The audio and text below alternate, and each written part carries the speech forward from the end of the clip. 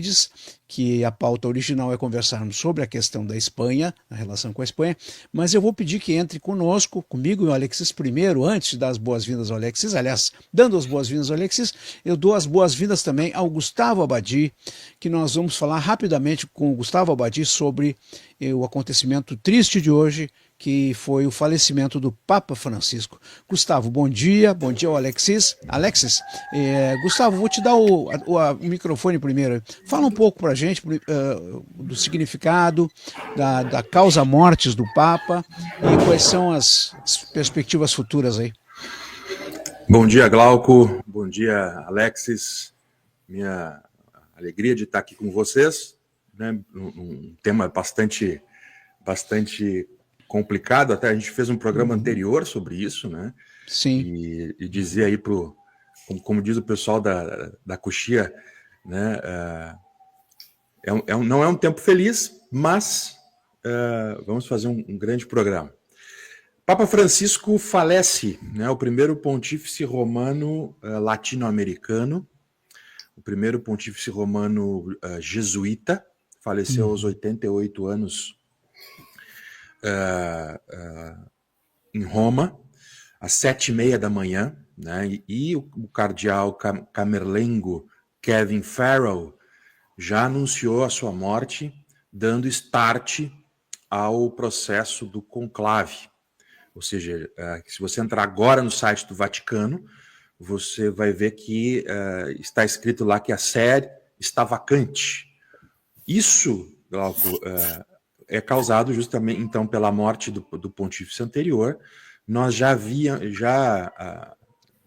ele passou um mês praticamente internado no hospital e eu acredito que ele foi mandado para casa para morrer, né? Então, apesar da sala de imprensa do Vaticano ter administrado essa convalescência dele da pior forma possível, escondendo as coisas e nutrindo nos católicos uma esperança até de cura, de bem-estar novamente. Então, todos nós já sabíamos no dia que ele foi eleito, há 12 anos atrás, que ele era um homem já mais velho, doente, né? Tá me ouvindo? Estamos voltando aí. Alô? Cortou? Gustavo, Alô? por favor, pode continuar, Gustavo. Posso continuar? Tivemos um pequeno nós já sabíamos que ele era um homem com algumas patologias e que isso, ao longo do tempo, né, foi aumentando. Acredita-se, né, não se tem certeza, porque esse boletim ainda é sigiloso, de que ele estava com uma forte pneumonia ainda, né, e já havia algumas falências de órgãos, assim, pela expressão física dele nas últimas fotos, etc., a gente já percebia que a coisa já ia de mal a pior. Bom, no último ano de governo, né, do pontificado de Francisco, ele fez uma série. Foi o pontificado de Francisco, fazer um balanço rapidinho, Glauco. Ele foi um pontificado, o típico pontificado medieval, sabe aqueles papas medievais assim que as pessoas viam só nas séries? Francisco fez isso. Ele foi um papa muitíssimo corrupto, de um pontificado corrupto. Em termos financeiros, os escândalos financeiros, os escândalos de ordem sexual são altíssimos.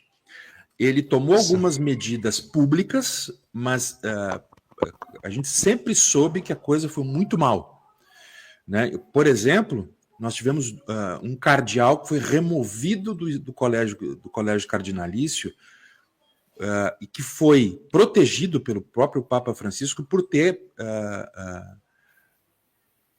desviado dinheiro do Vaticano e comprado imóveis na Europa. Então, assim, e isso não é algo raro, né? Houveram muitos acobertamentos em termos de ordem sexual, de ordem moral. E então, assim, e Francisco tinha o estilo, veja, é o primeiro papa jesuíta da história. E já como cardeal Bergoglio na Argentina, ele era um homem que parece popular, mas efetivamente desagradou muita gente na Cúria Romana pelo seu estilo centralizador. Mutatis mutandis, viu, Glauco? O que aconteceu foi a primeira eleição do Lula de 2002 foi o que aconteceu com o Papa Francisco no Vaticano. Tá? Então, isso tem um problema, né? Traz um problema consigo, que é o seguinte, é o mesmo problema, né, da esquerda no Brasil, a esquerda, os liberais da Europa, né, elegeram Francisco achando que a coisa iria bem. Para um segundo pontificado, provavelmente nós vamos ter uma continuidade sofrível. Né? Gustavo, tu achas que a transição agora vai ser mais rápida, porque desde o início da enfermidade do Papa, entre aspas, né, já havia começado essa pauta política de substituição do Papa, né? Tu acha que nós temos aí quanto tempo até a definição do novo nome? E quais são os nomes que tu digamos assim, vaticinas que vão comandar o Vaticano? Olha, Glauco, assim, a gente tem o período das chamadas exéquias, né? Então, nós vamos ter aí pelo menos uns 7, 8 dias, tá, de liturgia, né, em que os cardeais vão ser convocados.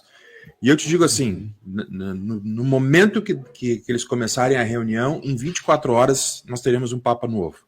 Tá? Os últimos conclaves não duraram 2 dias. Né? Então, eu acho que no mais tardar aí, uma semana, 10 dias, nós teremos um novo pontífice. Teremos um novo pontífice, provavelmente italiano. Muito provavelmente italiano. A minha aposta é se você prestar atenção nos preparativos que foram feitos, quando o Papa Francisco foi hospitalizado, houve uma série de orações. E, digamos que eles colocaram lá os papáveis, né?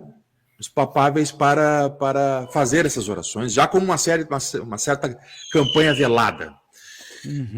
Na minha opinião, assim, nós temos 3 grandes papáveis hoje, né, que 2 deles estão na Cúria. O primeiro deles é o atual cardeal secretário de Estado, Pietro Parolin, que foi o homem forte de Francisco nos últimos 12 anos. É um diplomata de carreira. Ele é o responsável pelo acordo do Vaticano com a China, com a Rússia. Ele é o homem que fez o trabalho sujo de Francisco em todos os aspectos, tá? Então vai, tá ganha a corrida, então. Eu acredito que sim. Eu acho que seja a minha aposta é Parolin. Ele é italiano, ele é vermelho, ele foi núncio na Venezuela, ele é um cara assim, ele não será tão liberal quanto Francisco, mas ele é duro na queda. O segundo candidato é o atual cardeal Matteo Zuppi, que é o presidente da Conferência Episcopal Italiana. É um cardeal, assim, ele é de esquerda, ele é um Francisco sem força, né? Italiano também.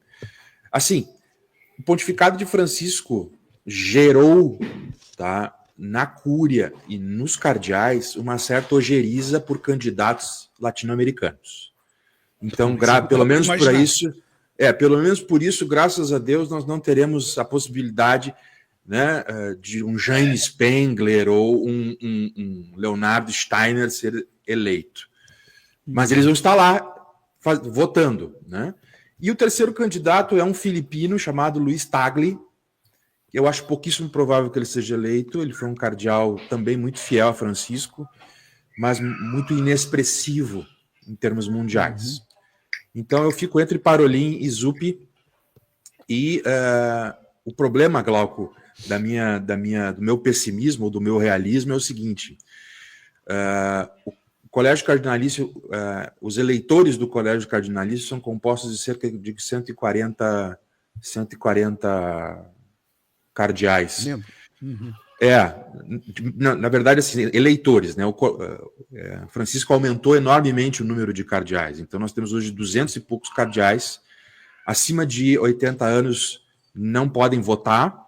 Abaixo de 80 anos, nós temos 140. Desses 140, 120 foram escolhidos por Francisco. Por isso que eu tenho a impressão de que nós teremos um Francisco II, que não será fácil, né? Não será fácil. Né? Mas quanto mais cedo começa um flagelo, mais cedo termina. Então, vamos para frente. Né? Deus pode mudar tudo, né? Uma pena que a Igreja Católica, nossa Igreja Católica, não se ajuda, né, Gustavo?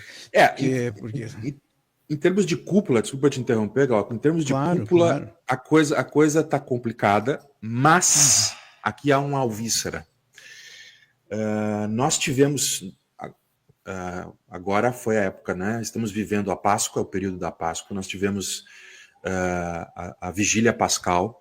Tradicionalmente, Glauco, a Vigília Pascal é um momento em que se recebem novos cristãos, né, nas igrejas. E há uma coisa muito boa, por exemplo, nós tivemos aí um aumento considerável de católicos, conservadores e tradicionais ao longo do mundo. Isso é muito bom porque nasce uma resistência mais forte, né? E todo esse time, Francisco é um símbolo, porque Francisco ele passou por toda essa... Ele é o clérigo clássico que viveu a Revolução do Concílio Vaticano II e que ajudou na destruição da igreja. Essa geração está morrendo. Né? Então, assim, novos padres, novo povo, fim, se Deus permitir, daqui em 10, 15 anos, nós teremos o fim dessa política abertamente de esquerda dentro do Vaticano. Então, eu tenho essa impressão, né? Então, e faço as minhas orações são por isso agora. Muito bem. Meu amigo Alexis Efremides, bom dia. Bom dia, eu gostei muito da participação do Gustavo, que conhece muito bem o tema, mais do que todos aqui. Pois é, o microfone está aberto e se tu quiseres perguntar alguma coisa para ele. Veja bem, a pauta inicial era a questão da Espanha, né? Nós vamos falar sobre ela daqui a pouquinho. Mas o assunto da morte de um Papa, ele se sobrepõe, e ele acontece assim, não de surpresa, porque já era algo esperado, né? Pelo estado de debilidade física do Papa, mas sempre nos choca um pouco a morte de um Papa. Eu, como cristão, apesar de não ser católico, né, eu sigo a Igreja Ortodoxa grega, também cristã, mas a gente sempre teve, na nossa cultura como brasileiros, assim, né, essa presença muito forte, né, do papado e do cristianismo. Nós que somos assim, pessoas bastante interessadas em todas as questões políticas e como a Igreja é envolvida com a política nacional e mundial, a gente, de forma muito substanciosa, né, nós temos profundas críticas, né, ao desempenho ao papel do Papa Francisco no seu mandato. Porque as manifestações dele em prol de políticos de esquerda foram absolutamente inaceitáveis. É chato falar disso de alguém que acabou de falecer, mas a gente não pode esquecer dele dizendo que Dilma teria sido vítima de um golpe na sua deposição, que Dilma seria uma pessoa digna, honrada. Eu falo de Dilma Rousseff. Encontros dele com Nicolás Maduro, amplamente divulgados. Então, são situações assim que não são admissíveis, porque contrariam os princípios cristãos pregados pela Igreja Católica, pela Igreja Cristã. Então, esse Papa entra em conflito com a própria doutrina. E isso é o ponto que mais me choca. Mas, ao mesmo tempo, eu fico sentido, porque o Papa ele representa algo assim emocional, algo ligado à nossa necessidade humana da transcendência, e isso ao mesmo tempo que a gente tem as críticas, isso ao mesmo tempo a gente sente a perda, compreende? É contraditório. Tá?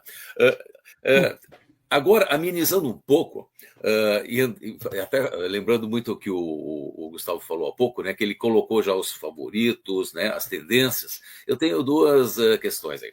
Uma questão é que eu acho que essa tendência de não ser eleito um Papa mais conservador, mais tradicional, e ser mantido um Papa na linha do Francisco, eu acho que ela é forte, sim. E eu acho que as medidas assim um tanto radicais em relação a tarifas e isolamento e falta de solidariedade do governo Trump com os seus aliados tradicionais, inclusive na Europa, eu acho que isso reforça que esse lado assim contrário ao conservadorismo, né, esse lado oposto ao Trump, se reforça ainda mais, porque a toda ação vem uma reação. Porque a gente consegue, por exemplo, atingir certos objetivos com discurso macio, com paz, com diplomacia, e não dessa forma atabalhoada e agressiva que o governo Trump tem exercido. E me parece que isso reforça mais ainda a possibilidade de ser eleito um Papa na mesma linha do Francisco, como o Gustavo prevê. A outra coisa... O Alexis já está botando o Trump na morte do Papa. As coisas se comunicam. Cara, pois é. Depois eu estou tentando entender aqui, mas tudo bem, vamos adiante. Não, eu acho que as posturas, assim, digamos, não diplomáticas do Trump, inclusive, ajudam aos liberais, né, no Canadá a vencerem essa eleição. Ajudam, porque a reação no Canadá... Eu acho que os liberais vão dançar esse ano, viu? Vamos ver. Eu prefiro que dancem, Alex, mas o governo do Trump ajuda a oposição, é impressionante, né? Deixa eu só meter uma colher num assunto importante que tu falou, e a tua análise ela tá certíssima. E tem um ponto, Alexis, que é o seguinte: o Papa Francisco ele fez uma destituição de um bispo no Texas que gerou assim, quase um motim dentro dos Estados Unidos. Então, assim, o bispo Joseph Strickland, da Diocese do Texas, foi removido sem julgamento, sem nada. Ele é um bom bispo que foi pelas suas posições. Então, assim, nos Estados Unidos, os americanos já faziam 7, 8 anos que queriam o fígado de Francisco. E aí, com a vinda...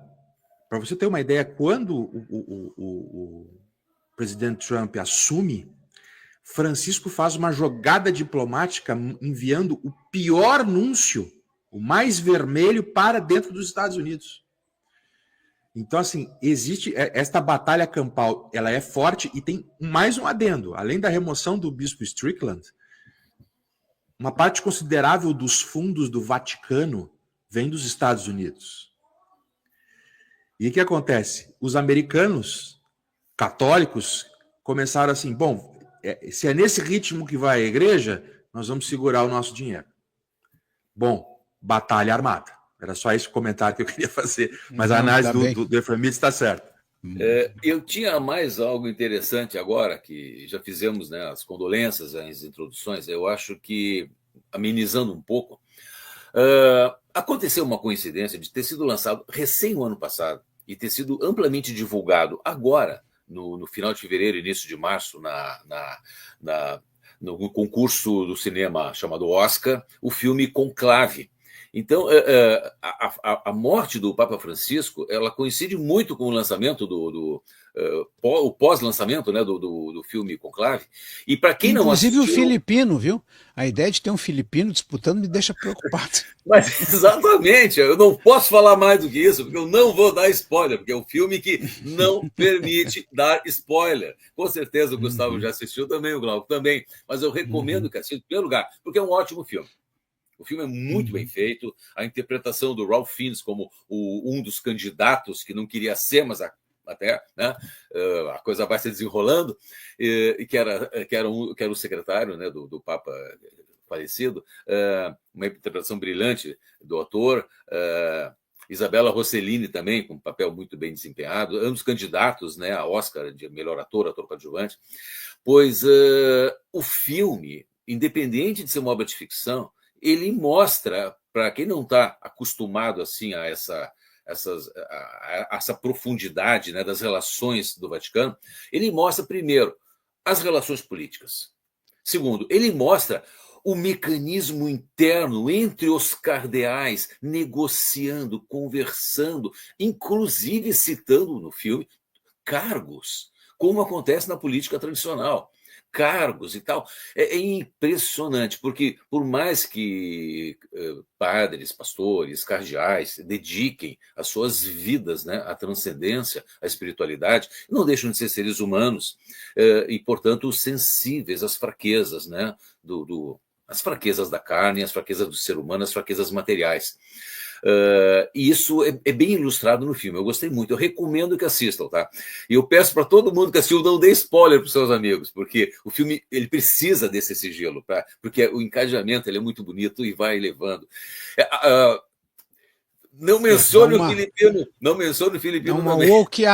Dá uma wokeada bem ao estilo Olha, Hollywood, né? Eu não sei se dá uma wokeada ou não, mas não podemos falar nessa palavra, não podemos, né? Mas o fato é que o filme vale muito a pena pela estrutura e pela dinâmica interna que se observa. Aí sim. Tá, isso é o filme, A liturgia do processo está muito bem relatada ali, as interpretações estão boas, né?